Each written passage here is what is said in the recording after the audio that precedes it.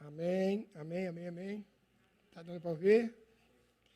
Está muito moderno isso aqui. Eu vou falar com o Éder e com o Eric, que eu não vou pregar mais não. Está muito moderno para mim esse negócio aqui. Deixa eu passar maquiagem. Só falta, né? Dar maquiada antes. Ai, ai, Jesus, guarda nós. Mas eu até trabalho, tem que colocar púlpito, porque agora também os pregadores aqui são tipo Jimmy Swaggart, né? Bíblia dobrada, falando. E comigo, se não tiver mesinha aqui, eu pipoco lá para baixo em 2 minutos. Mas vamos seguindo, vamos seguindo. Graça e paz, queridos. Bom dia. É muito bom estar aqui, é muito bom falarmos a palavra de Deus, é muito bom aprendermos com aquele que está aí para nos edificar, nos consolar e nos fortalecer a cada dia com a sua palavra. E eu gostaria de ler hoje um texto muito conhecido, que se encontra em Mateus capítulo 4, e eu gostaria de falar um pouquinho sobre esse texto. E esse texto diz assim: Então Jesus foi levado pelo Espírito ao deserto para ser tentado pelo diabo. Depois de jejuar 40 dias e 40 noites, teve fome. O tentador aproximou-se dele e disse: Se você é o Filho de Deus, mande que estas pedras se transformem em pão. Jesus respondeu: Está escrito, nem só de pão viverá o homem, mas de toda a palavra que procede da boca de Deus. Então o diabo levou a cidade santa, colocou-o na parte mais alta do templo e disse: Se você é o Filho de Deus, jogue-se daqui para baixo, porque está escrito: Ele dará ordem aos seus anjos a seu respeito, com as mãos eles os segurarão, para que não tropecem em alguma pedra. Jesus respondeu: Também está escrito: Não ponha à prova o Senhor seu Deus. Depois o diabo o levou a um monte muito alto, e mostrou-lhe todos os reinos do mundo e seu esplendor, e lhe disse: Tudo isso lhe darei, se prostrado me adorar. Jesus lhe disse: Retire-se, Satanás, porque está escrito: Adore o Senhor, o seu Deus, e só a ele prestes culto. E então o diabo o deixou, e os anjos vieram e o serviram. Amém? Senhor, nós estamos diante da Tua palavra e diante da Tua igreja, e nós dependemos de Ti. Dependemos de Ti para tudo. Dependemos de Ti para respirar, para viver, para entender a Tua palavra, para ter discernimento dos tempos e das épocas. Nós dependemos de Ti inteiramente na nossa vida. E nesse momento, diante da Tua palavra, nós Te pedimos graça, sabedoria e a unção do Senhor para falar a Tua palavra, de modo que ela entre nos nossos corações e encontre morada, que ela entre no nosso coração e venha nos curando, venha nos purificando, venha nos limpando, venha trazendo quietude ao nosso coração, porque o Senhor é fiel para cumprir e zelar pela Tua palavra. E é em nome de Jesus que oramos para que seja assim. Amém. Esse texto que nós lemos é um texto que nos coloca em atenção, porque o diabo continua agindo com outras formas, em outras tentações, de outras maneiras, só que com mais sucesso, parece, do que ele tinha antes, né? Ele anda fazendo bastante sucesso. E o que me chama a atenção é que ele é covarde, né? Isso é natural. E ele age covardemente. Eu sempre me lembro de quando o povo estava no Egito, caminhando para a terra prometida, e o texto diz que os inimigos iam pela retaguarda pegando os doentes, os fracos, os frágeis, porque eram mais fáceis. E é assim que o diabo faz, né? Ele ataca covardemente, ataca sempre nas nossas fraquezas. Cada um de nós tem fraquezas na vida, né? De repente, a nossa fraqueza é algo tão simples que uma outra pessoa vira e fala assim, você está brincando que isso para você é uma tentação. Você está brincando que isso é sua fraqueza. E é uma fraqueza que leva a pessoa a acabar praticando absurdos para conquistar aquilo que é a sua fragilidade. E isso é muito sério porque o pecado nos afasta de Deus. Não que Deus se afaste da gente, mas a gente fica com vergonha e se afasta de Deus, e quanto mais nos afastamos de Deus, mais nos aproximamos do antideus, né? E a primeira coisa que tem nesse texto é que o diabo chega 40 dias depois que Jesus está em jejum, e a primeira coisa que ele coloca para Jesus é, você está com fome? Imagina. Não sei os irmãos, mas eu se passar uma meia hora aí com fome, né? Chegar a hora do almoço, não vem comida. E quando eu era criança, minha mãe conta que eu ficava aos prantos, eu quero mamadeira, eu quero mamadeira, eu quero mamadeira. Hoje em dia, não. Hoje em dia eu sei fazer comida, então eu vou lá, faço comida e como feito um doido. Mas são essas coisas, né, que são as nossas fraquezas e que o nosso inimigo conhece as nossas fraquezas.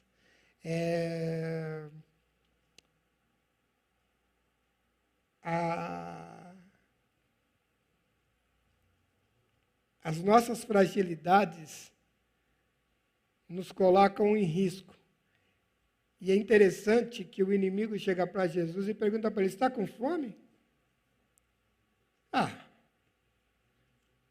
Diga para que transforma essas pedras em pães, você vai comer e ao mesmo tempo vai dar um show para esse povo todo e todo mundo vai crer em você.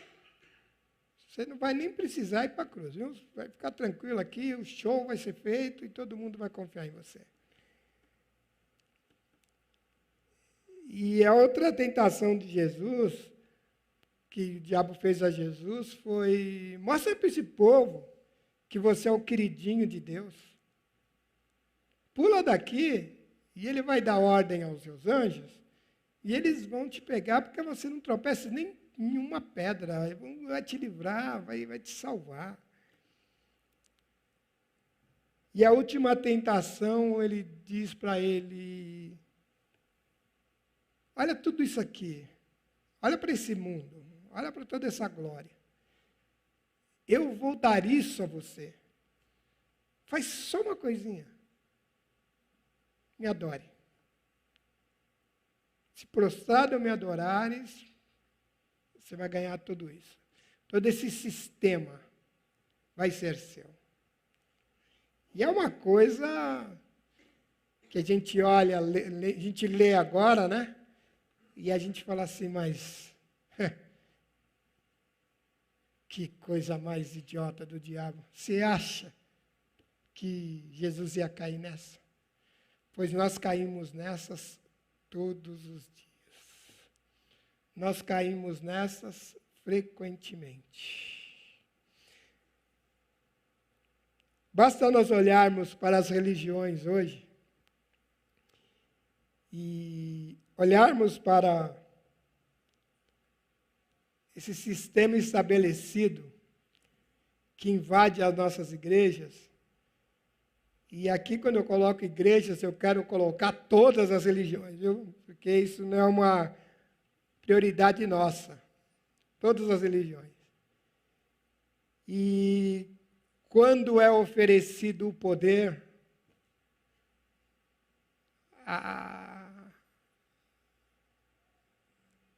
o desejo pelo poder é tão grande, que nós nos envergonhamos depois do que fazemos quando o poder nos é oferecido. E a proposta é a mesma. Tudo isso lhe darei, se prostrado me adorares. Bendita cruz, que nos permite pararmos e nos enxergarmos, e nos voltarmos a Cristo, e confessarmos a Ele: pequei, me perdoa, e tornar ao caminho e voltar a caminhar com Ele. Bendita a cruz de Jesus Cristo.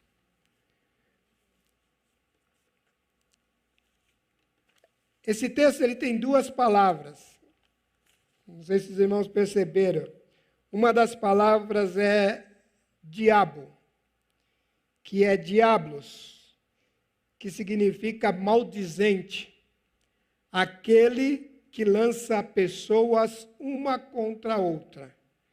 Esse está agindo bastante, né? Esse está agindo bastante ultimamente. Ele, no Ibope, está em primeiro lugar. Né?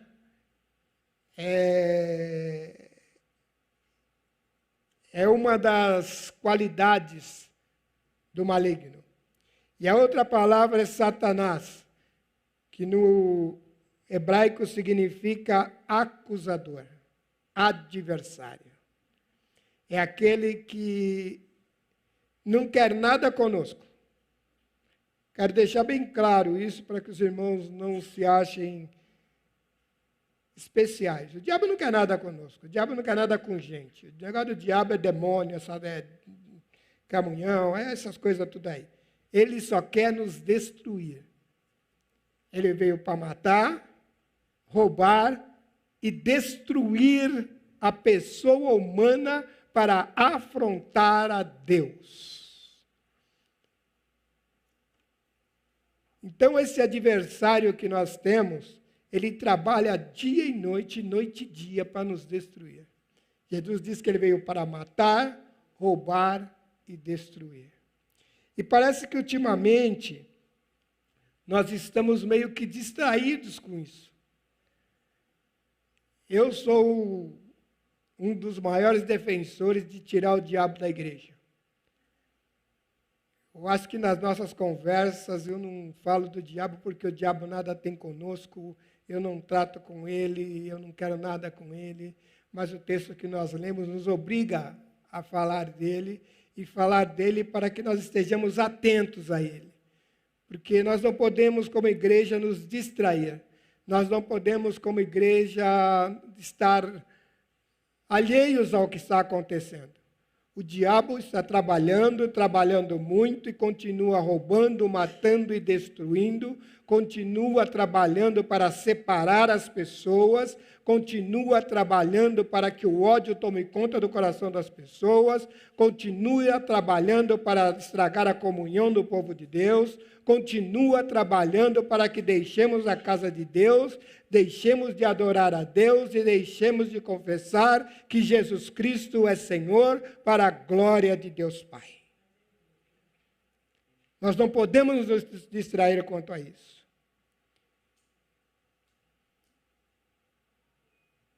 Quero contar uma coisa para vocês, porque foi algo muito interessante que aconteceu. A Nô estava trabalhando outro dia, e ela estava feliz, ela estava alegre, ela estava trabalhando, porque ela, quando está trabalhando, quanto mais confusão, melhor ela gosta. Mais ela gosta. Como gosta de desenrolar um novelho de gato. E nessas conversas de um com o outro, uma pessoa falou uma coisa para ela, e na hora que a pessoa falou, o semblante dela caiu e ela ficou muito triste. E a hora que eu ouvi, porque eu ouço todas as reuniões dela, né? Eu sou um funcionário Itaú não remunerado. E a hora que eu ouvi aquilo, eu falei para ela, é uma seta. É uma seta, repreende em nome de Jesus. Porque foi uma coisa que bateu e na mesma hora tirou a paz do coração dela. E nós temos que estar atentos a isso, irmãos. Às vezes uma palavra que nós dizemos para o esposo, para a esposa, para o filho, uma palavra estraga todo o clima da casa, estraga todo o clima da família. Uma palavra é uma seta, é um ato maligno de quem veio para matar, roubar e destruir, para quem veio para lançar uma pessoa contra outra, para quem veio para fazer o mal. E a única maneira de nós consertarmos isso é pararmos, voltarmos e dizer para a pessoa: me perdoa, porque eu não devia ter dito. Me perdoa, eu não devia ter agido assim. Me perdoa, eu pequei contra você. É pedir perdão, porque perdão conserta tudo. Perdão cura, perdão liberta, perdão traz paz e retoma a comunhão. Perdão é a palavra que está necessitada demais no mundo hoje. As pessoas estão se odiando demais e por nada. E por nada. O que você gosta? Eu gosto do cor-de-rosa. Eu gosto do azul. Você é gay e você é o sapatão. Que cor que você gosta? Eu gosto do preto. Você é racista.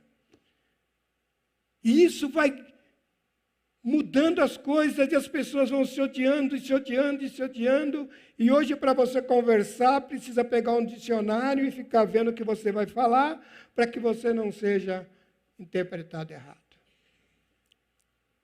Eu estava conversando com a minha irmã outro dia e eu falei para ela assim: está difícil hoje, né? Está difícil de você conversar hoje, está difícil de você se comunicar hoje, porque tudo não pode, tudo é pecado, tudo é isso, daquilo. E, trocando ideia com ela. Aí eu falei: imagina você, se quiser perguntar para uma pessoa assim: você quer que eu te chame de negro ou de preto? Eu posso falar isso porque eu sou negro, então não tem problema. É negro ou preto? Ela falou: não, você fala para a pessoa: qual é o seu nome? Entenderam? E é isso que nós estamos precisando aprender a fazer. Porque nós estamos nos permitindo envolver com isso.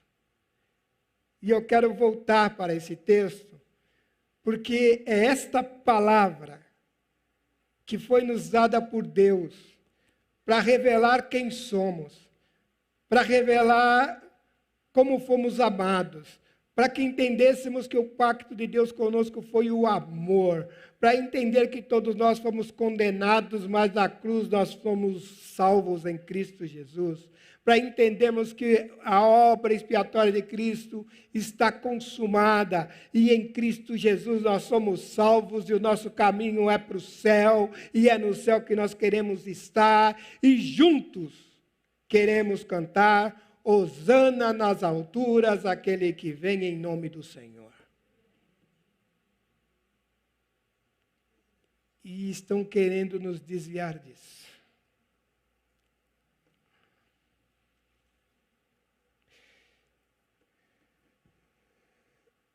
Esse texto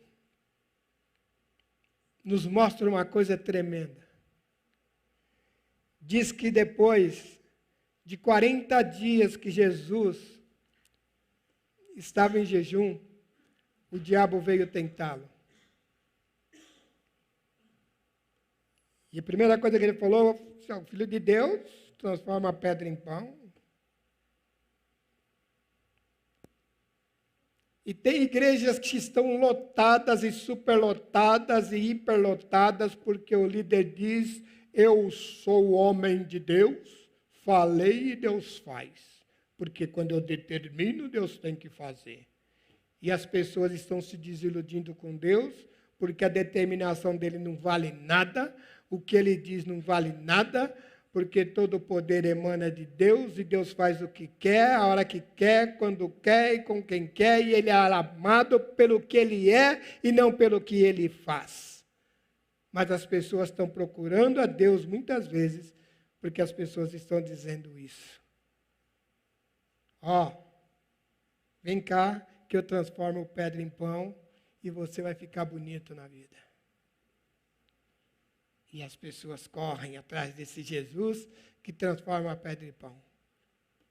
E Jesus diz para o diabo: está escrito, nem só de pão viverá o homem, mas de toda palavra que sai da boca de Deus. Presta atenção, meu irmão.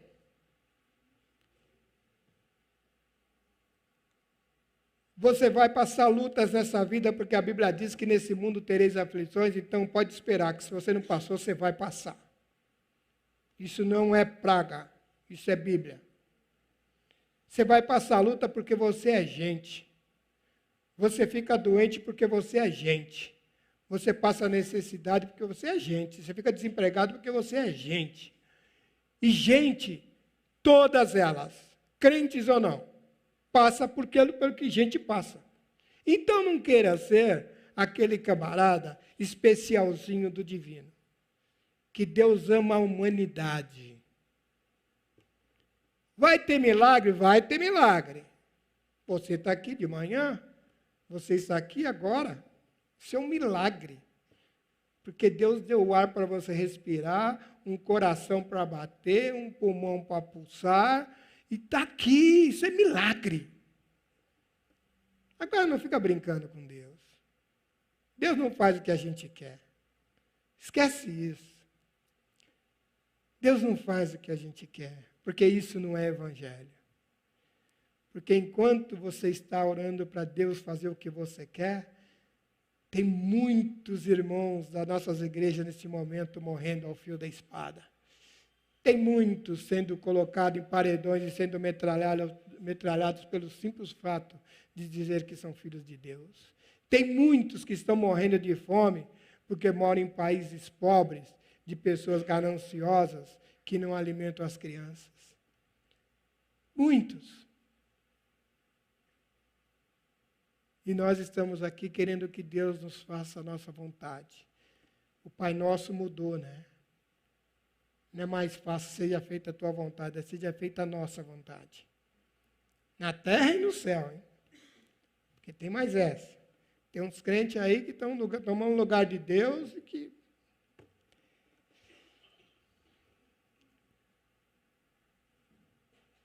As nossas necessidades pessoais não são prioridades para Deus.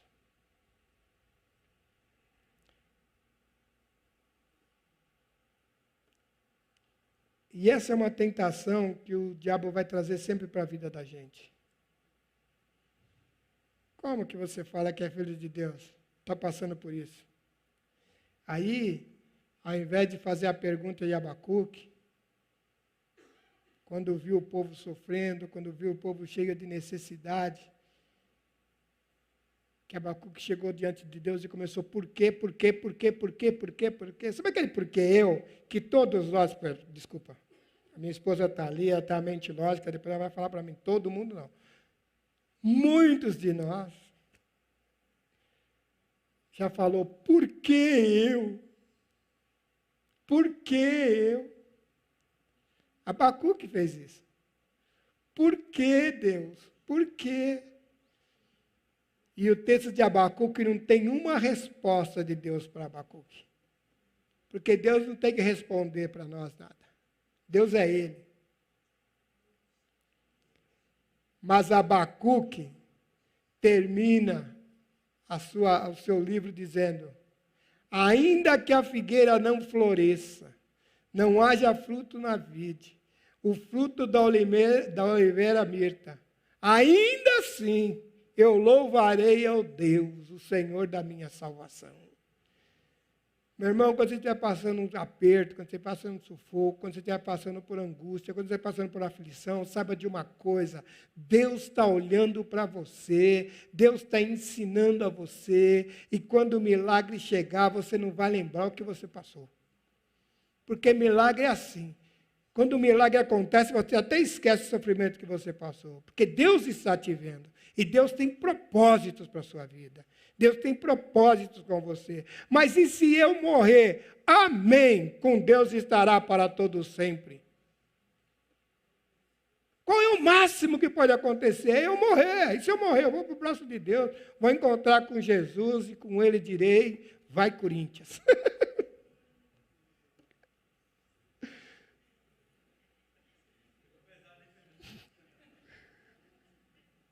Falar isso para palmeirense aqui do lado é fogo. Mas nós estaremos com Ele para sempre, viveremos com Ele para sempre. Então a morte do justo é preciosa aos olhos de Deus. Nós estaremos com Ele, nós temos essa garantia dEle. E neste mundo nós teremos aflições. A Bíblia não nos nega isso. A Bíblia não confunde a gente. A Bíblia não fala nada diferente disso. Paulo diz: passaremos por espada, por fome, pela morte, mas seremos mais do que vencedores em Cristo Jesus, o nosso Senhor. Isto é Evangelho. Esse é o Evangelho do Senhor Jesus. Então quando eu sofrer, eu posso dizer: aí, Senhor, manda mais. Não! Ore a Deus. A Bíblia diz: se tiver com necessidade, ore a Deus. Se precisar de um milagre, ore a Deus. Se precisar de qualquer coisa, ore a Deus. Coloque diante de Deus todas as vossas petições. Agora não queira que Deus faça a sua vontade, que Ele não é o seu garçom. Ele não é o meu garçom. Ele não está ao meu serviço. Ele está sentado no alto e sublime trono, e o seu nome é Jeová. Santo, santo e santo, foi o que disse Isaías quando viu a glória desse Deus.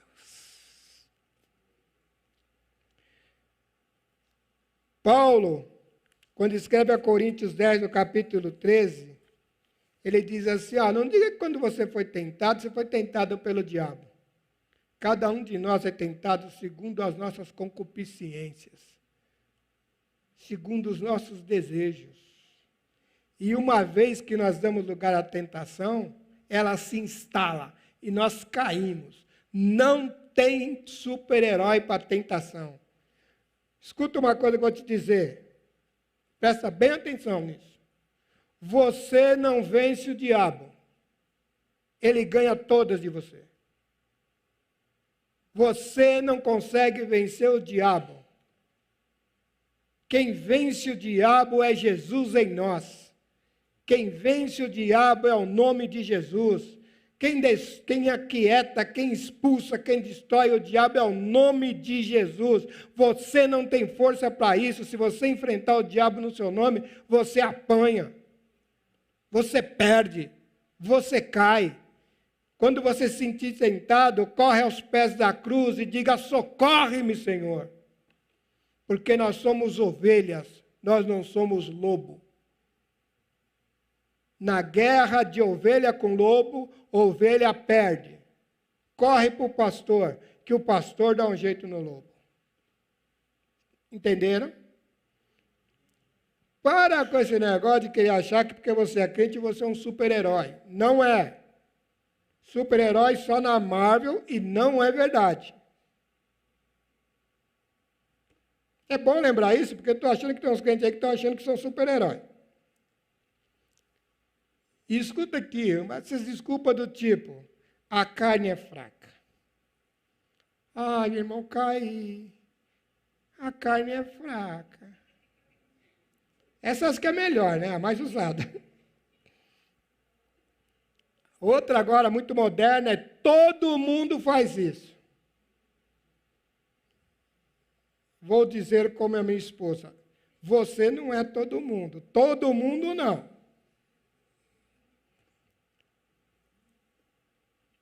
Outra frase boa também: isso não tem nada a ver.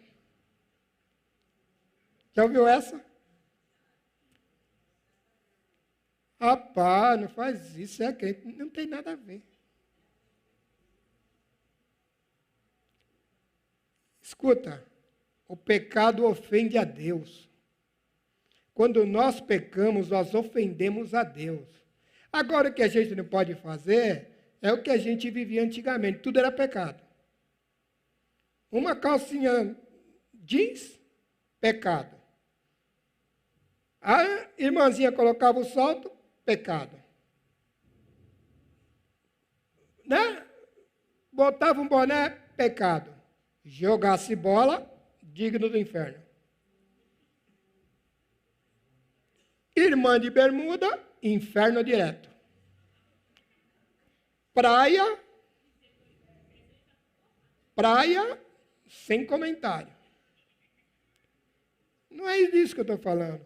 Eu estou falando daquele pecado, daquela ação, que quando você faz, a tristeza bate dentro do seu coração e você sabe que aquilo que você fez foi pecado.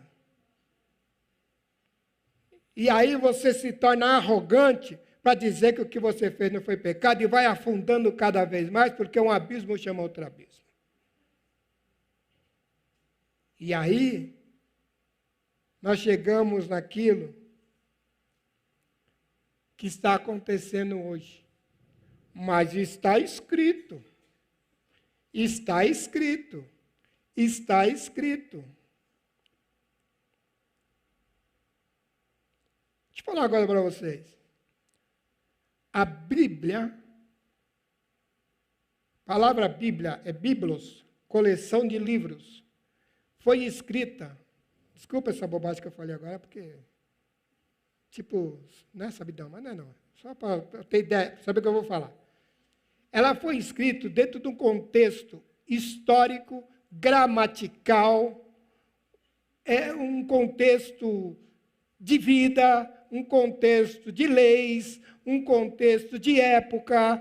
Então, você não pode tirar um texto, pensar um texto fora do contexto e citar como uma verdade absoluta para pleno século XXI.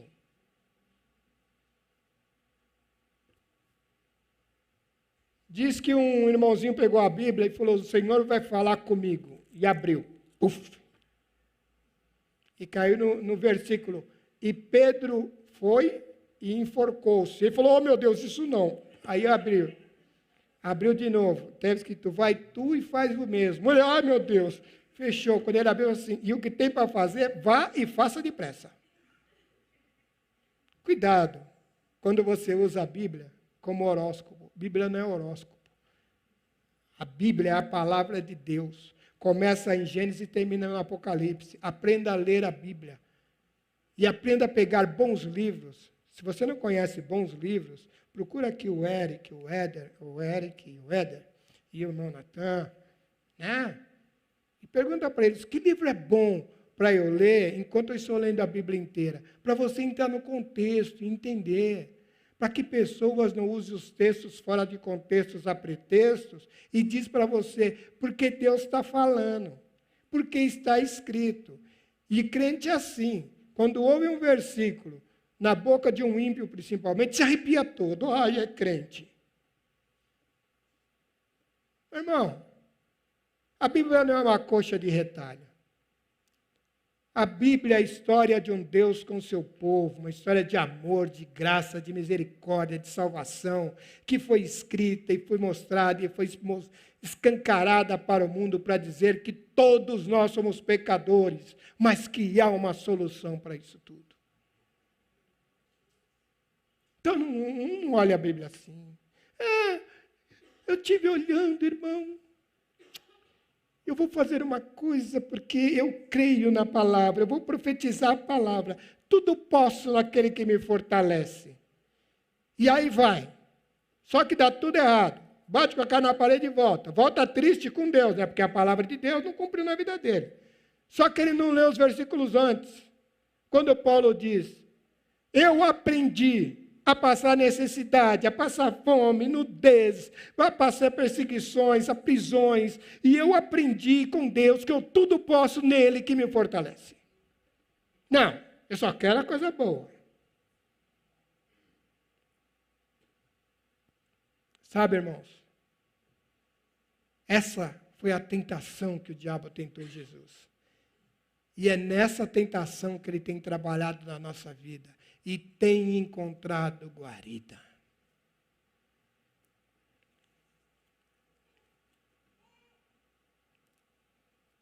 Pedro, quando escreve, ele diz assim, sede sóbrios, vigiai, porque o diabo, vosso adversário, anda em derredor, bramando como um leão, buscando a quem possa tragar. Vou aqui usar as palavras de minha mãe. O diabo está ao nosso derredor. Mas Jesus está ao nosso redor.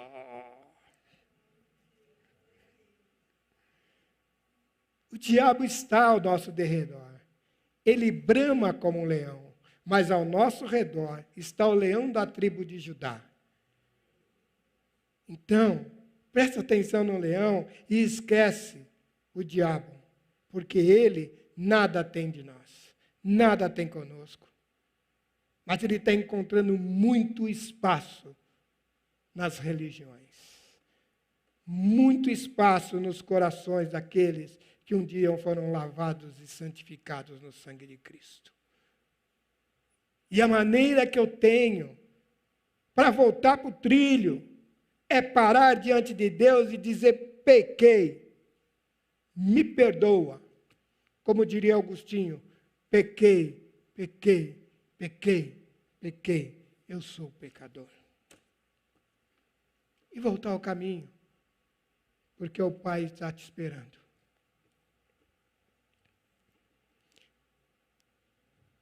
Nós precisamos respeitar o contexto histórico, gramatical, o para quem, por que a Bíblia foi escrita.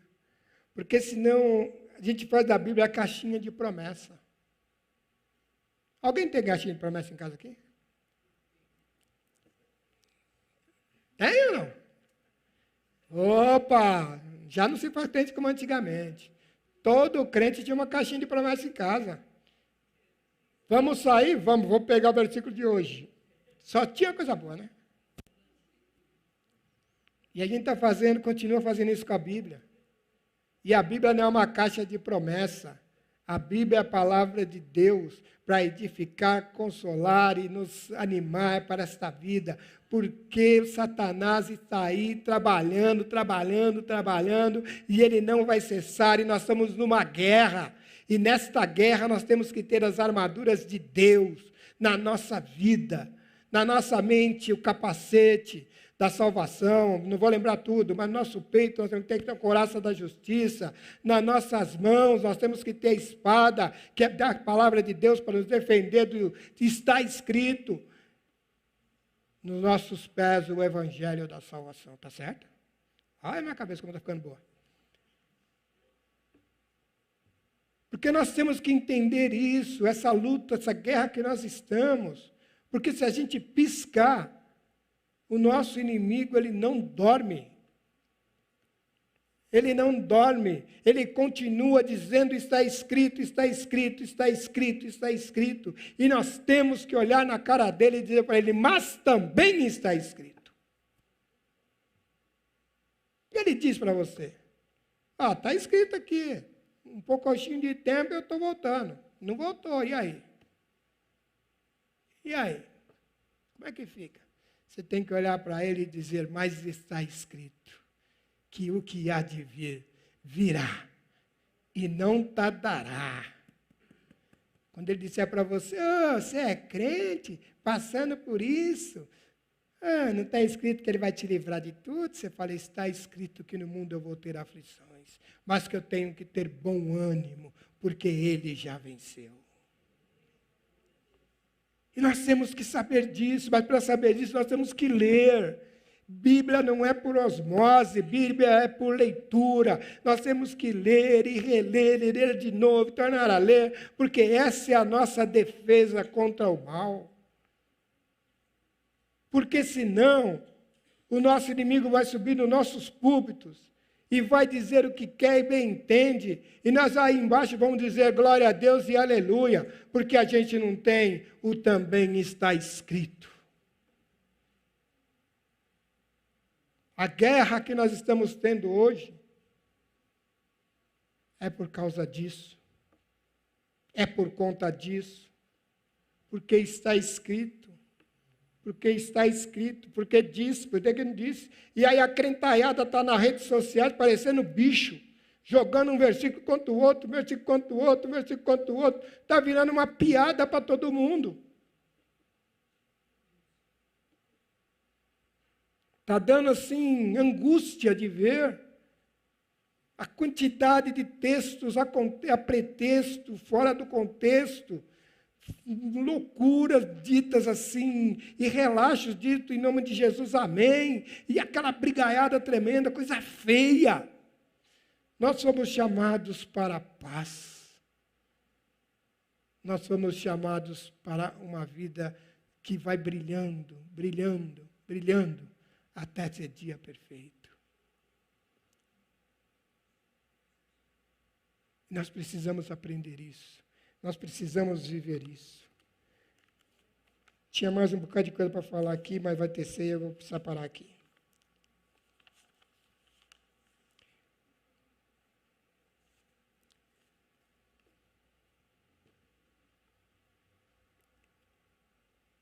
Essa ceia, essa mesa que está posta aqui,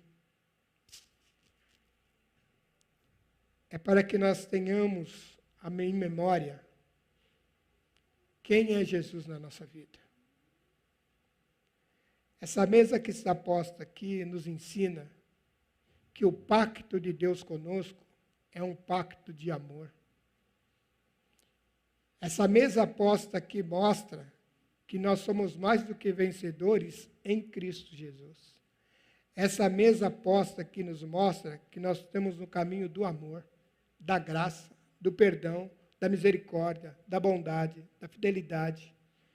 Essa mesa posta aqui mostra que aquilo que estava escrito se cumpriu em Cristo Jesus de uma vez por todas, e nele, por ele e para ele é que nós vivemos. E nele nós vivemos, existimos e nos movemos. Ele é tudo em nós, por nós e conosco. Quando você for dizer alguma coisa para alguém, faça uma pergunta. O que Jesus faria? Será que Jesus diria isso que eu estou dizendo? Será que Jesus faria o que eu estou fazendo?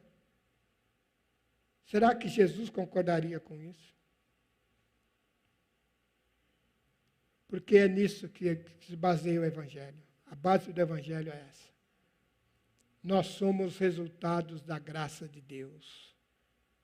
E é isso que nós vamos trazer à memória hoje. Sem Ele, nós nada podemos fazer. Sem Ele, nós nada somos. É nele que tudo podemos.